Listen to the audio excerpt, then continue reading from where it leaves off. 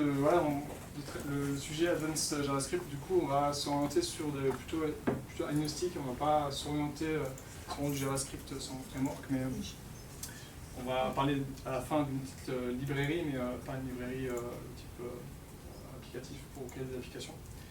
Et donc, on va, tous les deux, avec Kezia, donc on va présenter la chose. Donc moi, c'est Michel.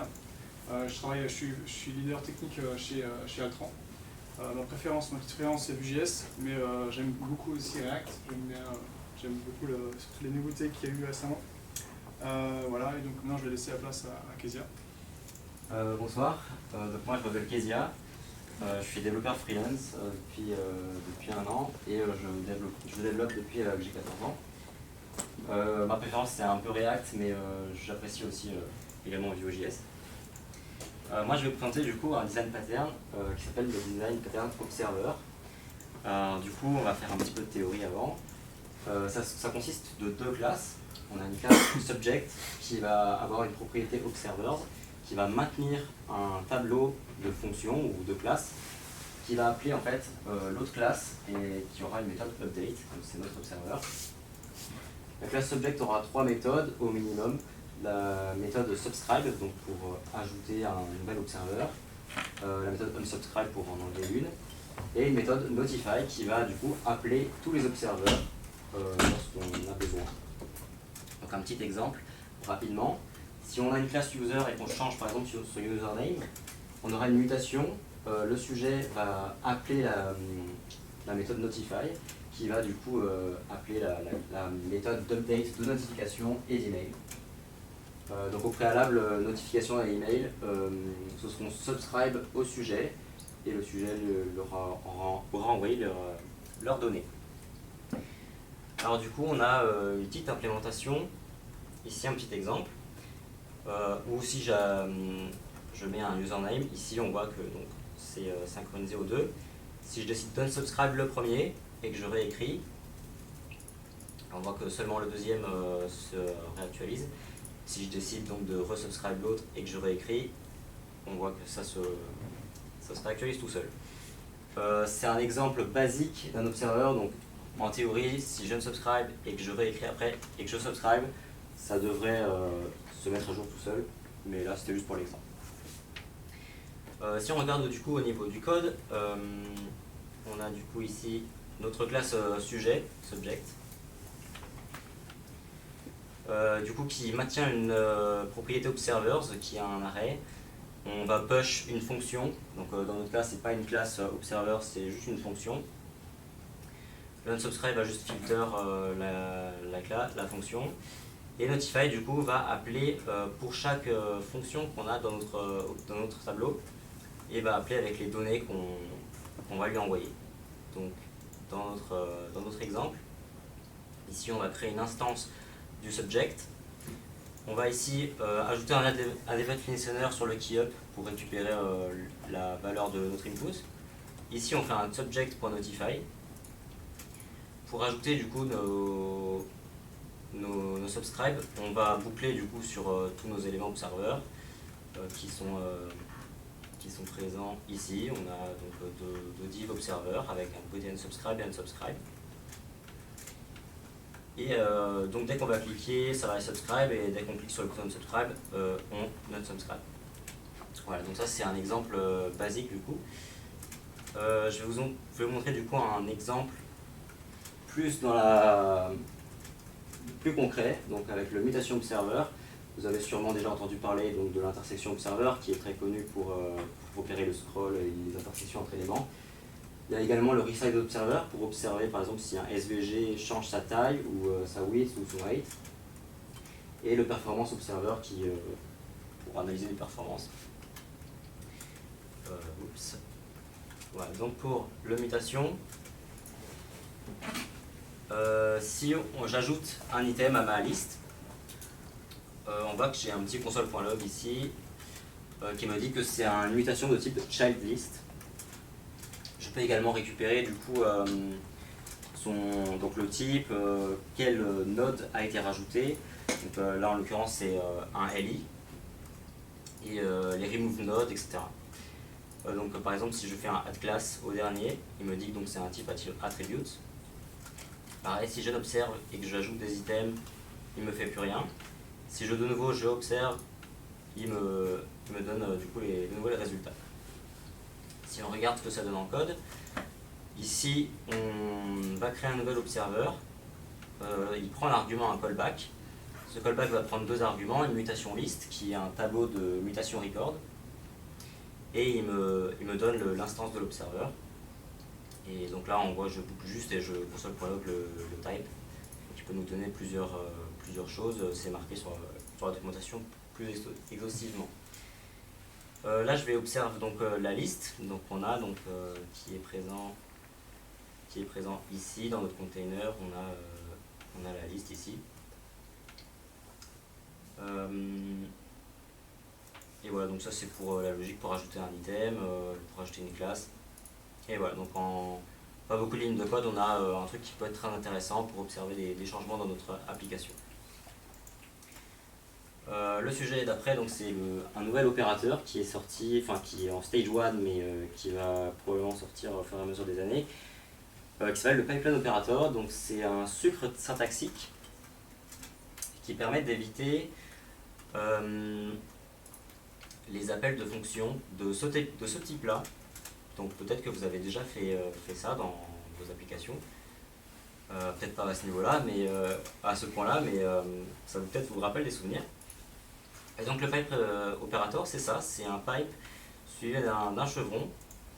Et après on peut appeler nos fonctions. Donc là on a une fonction double say qui va juste répéter un string, le capitalize qui va capitalize, et une fonction append, donc il y a deux arguments cette fois. Donc pour faire ça, ici on va dire, donc ça c'est notre résultat, il va retourner le hello dans notre fonction, il va l'appeler avec le hello, il va le double say, il va le capitalize, et donc là on a deux choix. Pour mettre un deuxième argument, soit on met une arrow function comme ça, donc ça c'est globalement juste un str, mais c'est un underscore et voilà. C'est juste une convention, mais un underscore parce que voilà, ça n'a pas tellement de sens. Et on retourne directement, implicitement, le résultat de notre fonction. On a également une autre proposal qui est en stage 1 aussi, qui nous permet de réécrire la même fonction, mais avec cette fois-ci un point d'interrogation. Et ça va juste remplacer le résultat retourné par la fonction précédente. Alors du coup, est-ce que vous pouvez l'utiliser? Donc c'est sous Babel, déjà il y a déjà deux plugins. Si vous décidez de l'utiliser, n'hésitez pas à donner des feedbacks sur le repository de la proposal. Il y a deux autres types, donc là je suis en minimal, mais il y a le type F# et Smart, qui ont des petites différenciations, notamment avec les await, qui a encore des débats par rapport à ça. Et enfin, je vais vous parler des proxys. Donc un proxy, c'est quoi? On va en fait enrober un objet, donc c'est notre target, ça c'est notre objet source, et par exemple on a une propriété test qui est égale à 5. Si on veut l'accéder, en fait on va passer d'abord par notre proxy, et on va l'appeler comme ça. Et après ici, on peut implémenter une logique particulière. Par exemple, si j'accède à test mais que test est vide, par exemple, on peut lui en renvoyer 0 au lieu de undefined. Et voilà, donc là, on peut accéder à des méthodes qui sont cachées comme get, set, les wikis, etc. Donc en code,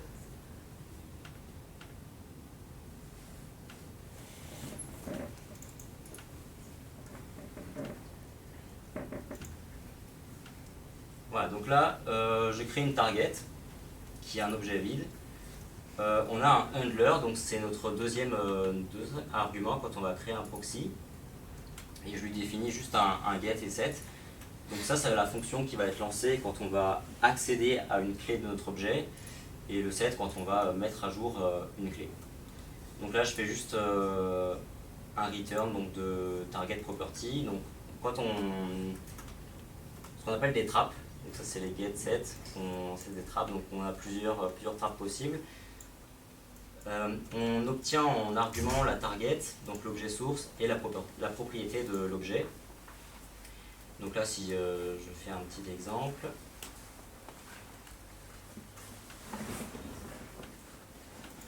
Voilà, donc là,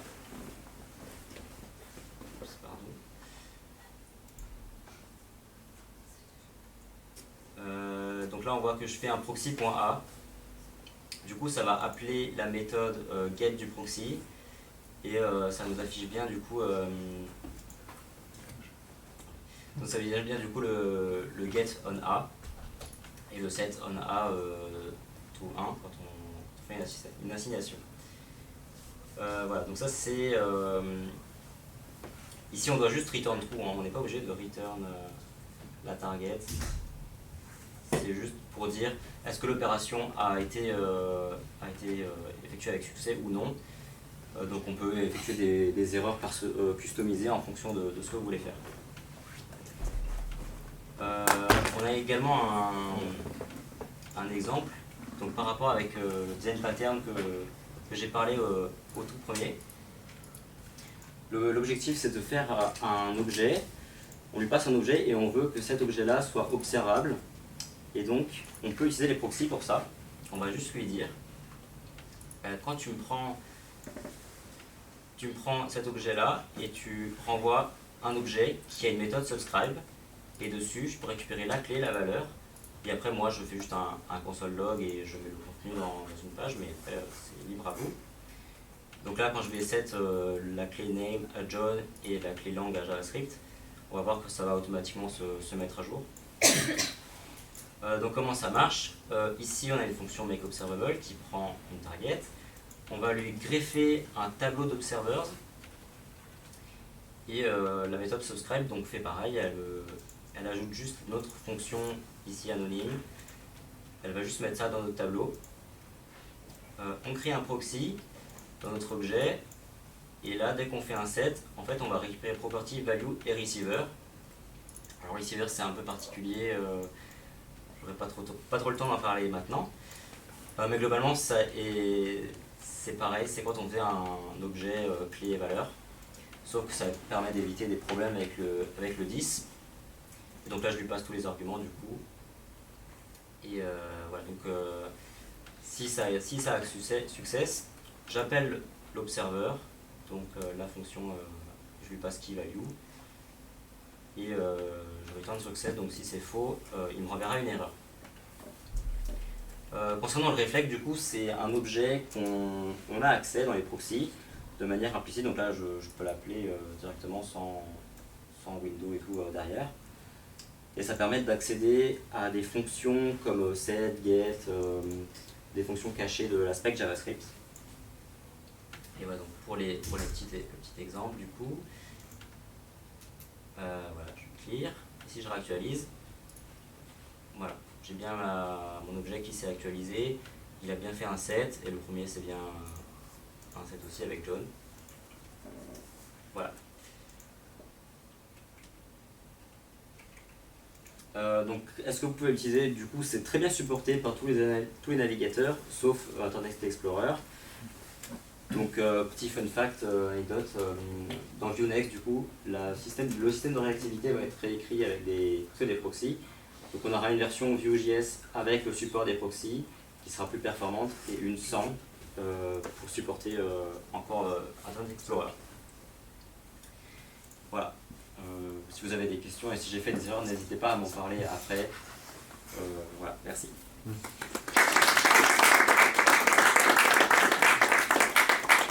Alors, ce qu'a présenté Kezia en fait va un peu introduire quelques notions de ce que je vais présenter maintenant. Je vais parler de Reactive Programming, mais je vais me concentrer sur RxJS. RxJS qui est une librairie qui est très présente sur l'environnement, l'écosystème Angular, et qui depuis peu je l'utilise de manière plus profonde. Et voilà, on souhaitait proposer donc ces notions de JavaScript, pure JavaScript, et aussi présenter les possibilités qu'offrait RxJS. Après, donc, RxJS a été porté en JavaScript, mais il est aussi portable en Scala, en Java, en .NET. Et donc, ça s'approche vraiment d'une philosophie programmation fonctionnelle. Et donc, ça permet de faire des choses qu'on ne peut pas, où là on est limité aux promesses qu'on a en JavaScript depuis un petit moment, où voilà, on a un effet single shot, on a une seule fois, on peut avoir soit un resolve, soit un reject. Et donc ça peut répondre à des problématiques très, très simples de request, de fetch, pour parler en français correctement, mais en récupération de données, on va avoir soit un resolve, soit un reject. Mais par exemple, si on a des événements qui sont récurrents, on va être un peu plus limité. Et donc c'est là où RxJS va apporter ce qu'on appelle les observables. Donc c'est un peu en rapport avec les observers. Les observables en fait sont multi-shot. Personnellement je l'ai appelé comme ça, mais en gros ça va streamer des données suivant le mode où il est, et va aussi gérer les erreurs comme le permet déjà les promesses. Donc voilà un peu comment on génère là, cet exemple de code, c'est comment on génère de la donnée. Donc on a des subscribers où on va leur passer de nouvelles données. Donc next, c'est une nouvelle donnée qui va être transmise à l'élément inscrit, donc le subscriber. On a aussi vraiment tout une gestion asynchrone qui sont là, et on verra après plus en détail. Mais ici dans le cas, en fait, on va avoir, quand on va se subscribe, donc on va devenir écouteur de l'observable, on va avoir ici dans cet exemple là 1, puis 2, puis 3, puis une seconde après, on va avoir 4. Alors RxJS est une librairie qui est pas simple à appréhender. J'ai encore beaucoup de mal à appréhender certaines notions. Ce que je vais vous présenter, je vais uniquement présenter ce que je maîtrise plutôt bien. Il y a beaucoup de choses que je ne connais pas. Mais par contre, c'est pas simple à maîtriser, mais c'est vraiment, je vais dire jouissif, mais vraiment très très intéressant de pouvoir résumer des fonctionnalités en quelques lignes. On va juste présenter un peu le fonctionnement pour ceux. D'ailleurs, question tout simplement, qui sait qui a déjà utilisé RxJS ou qui a des notions de RxJS? Ok, super. Pareil, ça c'est ma vision de la chose, de ce que j'ai pu comprendre. J'ai essayé de le formaliser avec des formes. Donc là, on représente en fait l'observable, celui qu'on crée derrière. Et ici, la barre, c'est vraiment le flux de données qui aurait un instant sera transmis. On va avoir des choses qui sont très intéressantes, où je vais juste après un peu préciser. Donc on aura les opérateurs qui seront qui peuvent être utilisés pour créer justement notre observable, mais qui peuvent aussi, et c'est là où je trouve vraiment intéressant, c'est qu'on va pouvoir modifier ou altérer le flux de données qui passera. On va avoir des opérateurs qui vont créer des observables qui bifurquent, en fait, des choses qui sont par rapport à ce qui a été créé initialement, qui peut créer des effets supplémentaires. On va pouvoir avoir des opérateurs qui vont finalement juste modifier, transformer la donnée qui passe. Et on va pouvoir avoir aussi des opérateurs qui permettent de combiner plusieurs flux de données, plusieurs observables pour le concentrer en un seul. Et ensuite, donc, on retrouve nos observeurs, donc ces éléments qui vont écouter justement le changement de données. Au bout du tuyau, en fait, on va avoir ces observeurs qui vont effectivement avoir les données qui auront été altérées par ces opérateurs. Et donc voilà, je vais rapidement vous présenter un peu le principe des différents opérateurs qu'on peut retrouver, qui seront les plus utilisés. Ils sont très simples, ils sont simples, il y a des beaucoup plus compliqués. Le principe, moi de ce que j'ai compris, c'est voilà, vraiment on a cette notion de pipe. On a un pipe, on a un tuyau où on a les données qui passent, et on a des opérateurs qui vont altérer la donnée, qui vont même dire stop, tu t'arrêtes là, ou effectivement, on va avoir cette notion de tuyau. Donc je vais commencer par l'opérateur map, qui est simplement qu'on peut déjà retrouver, qu'on connaît déjà pour modifier nos tableaux. Aujourd'hui, nos tableaux, on a le fonction map qui permet de pouvoir retravailler chaque élément comme on le souhaite. Donc là, c'est de la même manière. Et d'ailleurs, voilà, la notion de tuyau, on le retrouve ici. C'est que ici, j'ai créé un service qui retourne un observable. Donc c'est, mettons, une méthode asynchrone qui retourne une réponse à un instant donné. un instant non justement pas connu. Et donc on va écouter, on va créer un pipe et on va lui dire ok, donc tout ce qui passera dans ce studio là, tu vas me mapper là je sais que c'est des postes, tu vas me mapper ces tableaux là et tu vas me mapper en utilisant la méthode format post. Et lorsqu'on va écouter donc le résultat, d'ailleurs quand on utilise la méthode subscribe, ça va exécuter la recherche. En fait ça va, je ne vais pas rentrer dans les notions par rapport aux observables, mais lorsque la subscribe sera utilisée, ça va exécuter la recherche de poste ici. Et on aura justement nos postes qui seront formatés suivant ce qu'on aura défini. Si maintenant, admettons, le subscribe, on ne l'a pas mis ici, en fait, notre observable serait, on pourrait les réutiliser en fait, ailleurs, et à ce moment-là, vraiment l'exécution de subscribe, c'est là qu'on va avoir l'exécution. Donc schématiquement, donc là c'est de la documentation de ActJS qui est très importante pour bien appréhender la chose. Voilà, on a notre flux ici, notre opérateur, et on a le résultat à la fin. Donc là c'est une multiplication classe. Le tab to do qui est vraiment utile, surtout au début, pour comprendre voilà, qu'est-ce qui s'est passé au fur et à mesure de notre travail. Donc, je reprends l'exemple que j'avais. Ici, je veux savoir, tiens, qu'est-ce qui se passe finalement dans ma méthode getPost. J'utilise simplement tap, donc tap où il y a aussi la méthode do, qui va simplement en fait modifier une méthode en passant la donnée qui est passée. Donc là j'exécute dans le console log, et donc ça permet de savoir, ok, il y a cette structure-là. Je pourrais aussi la mettre à la fin, comme ça je connais vraiment l'altération, la différence entre les deux. Donc là, voilà, on recrée en fait, ça n'altère pas du tout le stream. En fait, ça fait juste un petit tap. Juste dire, voilà, tiens, fais ce que tu veux avec. Alors le filter peut être intéressant si maintenant, voilà, dans notre sim, on a des objets qu'on ne veut pas, transmettre à nos subscribers. Et donc là, on va simplement, c'est tout simple, on retrouve aussi finalement la même méthode avec nos arrêts. Donc la méthode filter qui doit retourner un booléen, donc vrai, faux. Et donc ici, on retrouve un seul résultat, parce qu'on souhaite avoir des personnes qui sont plus âgées que 30 ans, 30 et plus. Donc là, on retrouvera effectivement Joe qui sera à la fin du stream. Là, voilà, on a pour l'exemple.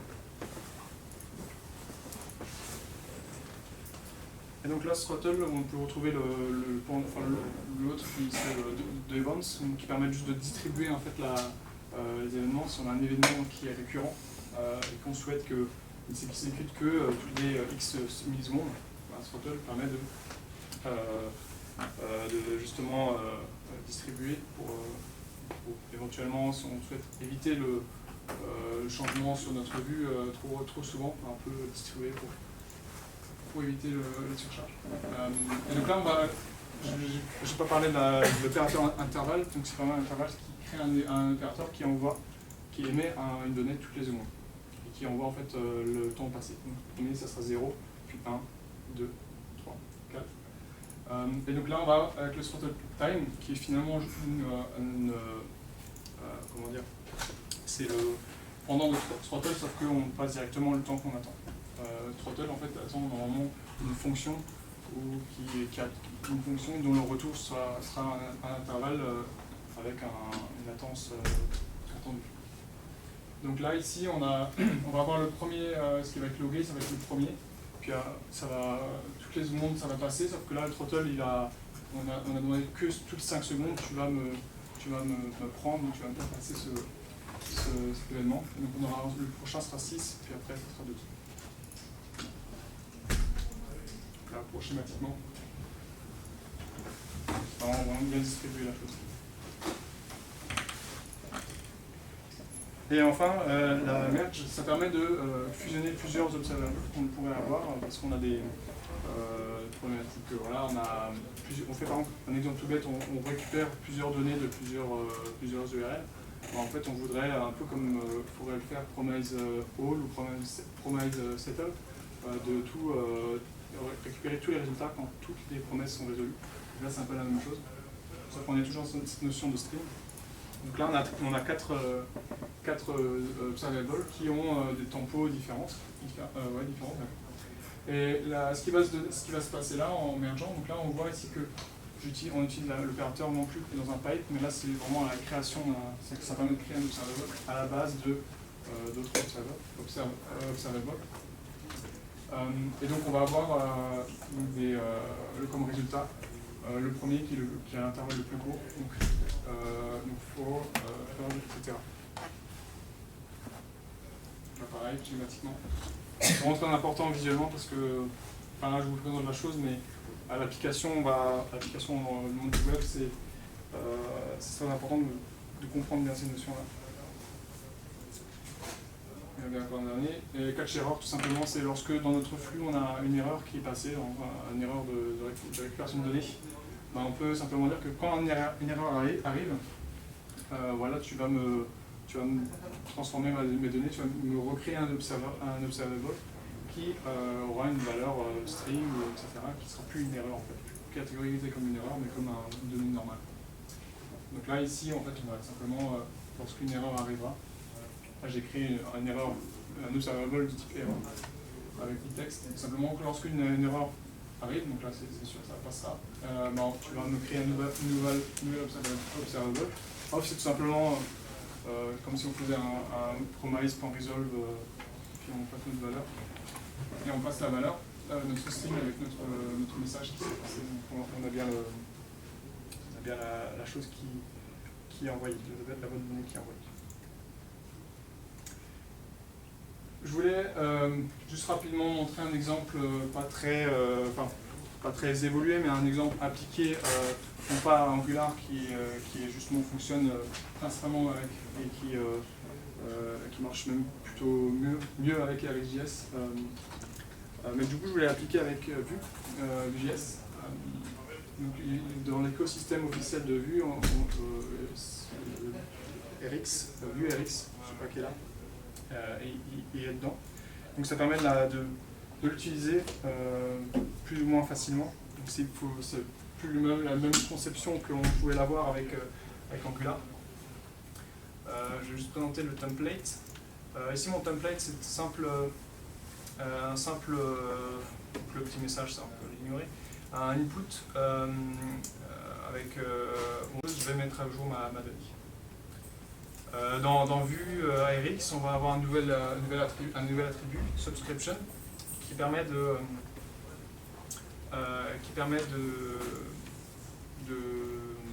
d'enregistrer les nouveaux sujets qui seront à écouter. Dans notre vue, en fait, j'ai une liste des résultats de recherche. Donc là, simplement, ça sera un champ texte où lorsque je tape quelque chose, je vais avoir un résultat qui sera adapté par rapport à ce que j'ai tapé. Donc là, ma liste va simplement afficher les résultats qui seront en fait créés depuis RxJS. Ma subscription, je vais écouter ma donnée reactive search. Je vais piper sa valeur. Ce qui est retourné en fait par cette donnée, c'est on va avoir une nouvelle valeur et une ancienne valeur. Donc ça c'est watch as observable qui l'a défini ainsi. On va récupérer, donc là plug c'est simplement récupère-moi cet attribut là. Là donc, ma donnée c'est next value. Tu vas m'assurer que voilà, des bounce, tu vas l'exécuter. Je sais pas comment le dire, mais à l'inverse du throttle, des bounce va simplement distribuer notre événement. Donc si je clique très rapidement, il sera uniquement distribué toutes les 200 millisecondes. Donc distinct change, c'est simplement une méthode qui dit que si ma donnée n'a pas changé, j'arrête là. Je fais un switch map qui va simplement faker une récupération un call HTTP.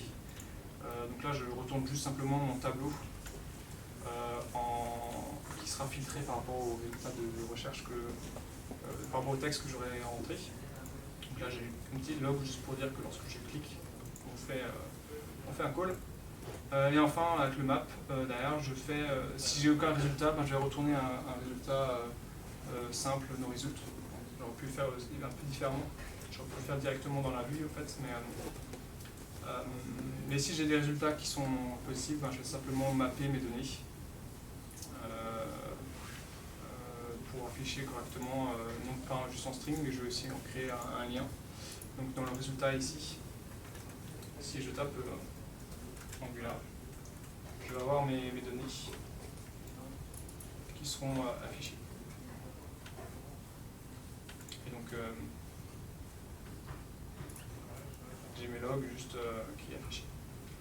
Donc l'application ici derrière, ça peut être ce type-là, donc avoir des éléments de notre vue qui vont créer des nouveaux streams, et ce stream-là vont impacter les écouteurs. Donc là, on a un écouteur qui est simplement le module de vue RX qui va écouter lorsque ça change. Je vais aussi changer la vue.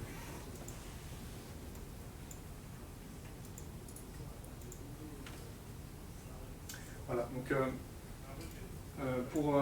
je vais m'arrêter dans l'explication, mais je vous invite vraiment à vous intéresser à l'utilisation d'ArcGIS. Donc par la doc officielle qui se trouve à arcgis.dev, les ressources pour apprendre qui sont beaucoup plus ludiques sur l'ArcGIS. Et comme je vous disais, pour visualiser les choses, ça vous permet de comprendre le comportement de nos différents opérateurs. Mais il y a RxViz, qui est une bonne solution qui permet de vraiment visualiser dans le temps, qui nous crée une visualisation de notre observable. Voilà, merci beaucoup. Ça sera fini pour notre talk avec Kezia. Vous pouvez retrouver nos slides sur link slides. Voilà. Et le repo aussi qui a été utilisé par Kezia pour les différentes démos. N'hésitez pas à nous suivre. N'hésitez pas à suivre aussi la communauté Vue si vous êtes enthousiaste quant à l'utilisation de Vue.js. Et puis là, on va pouvoir voir le résultat de notre sondage par rapport à vos préférences de framework. Je savais que je ne savais pas.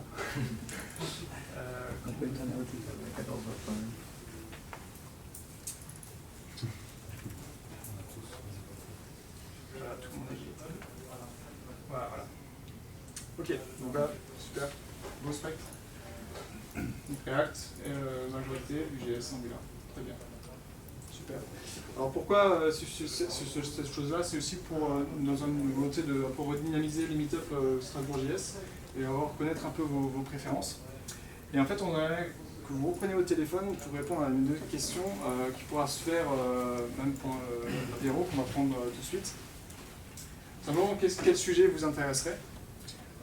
Et ainsi, sinon, là, pendant que je crois qu'on a encore une slide. Oui, on a encore une slide. N'hésitez pas, si vous voyez un sujet que vous pourriez en parler, n'hésitez pas à vous tourner vers moi-même ou Sven. Ça me permettra pour février, par exemple, on souhaiterait refaire un meet-up. Ça nous permettrait d'avoir un sujet intéressant qui serait traité de manière agréable et puis voilà, tous ensemble. Et je crois qu'on n'a plus rien. C'était une dernière. Voilà. Donc là, merci.